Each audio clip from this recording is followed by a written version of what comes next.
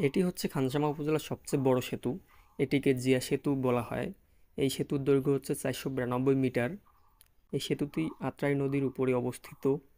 দুপারে ঈদের দিন বিকেল থেকে ঈদের পঞ্চম দিন পর্যন্ত ভ্রমণ পিপাসুদের ঢল থাকে। খানসামা জিয়া সেতু দর্শনার্থীদের পদচারণায় মুখরিত হয়ে উঠছে সেতুর পূর্ব ও পশ্চিম পার। হাজার হাজার নারী ও পুরুষ প্রিয়জনদের সাথে ঈদানন্দ ভাগ করে নিতে বিনোদনের কেন্দ্র হিসেবে জিয়া সেতুর উপর ভিড় করতে আসে।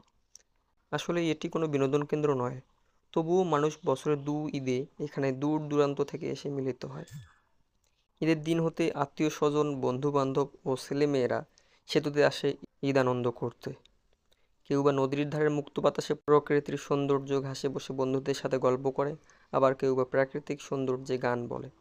দিনাজপুর জেলার উত্তর সীমানায় অবস্থিত খানসামা উপজেলার কোল ঘেঁষে আত্রাই নদী।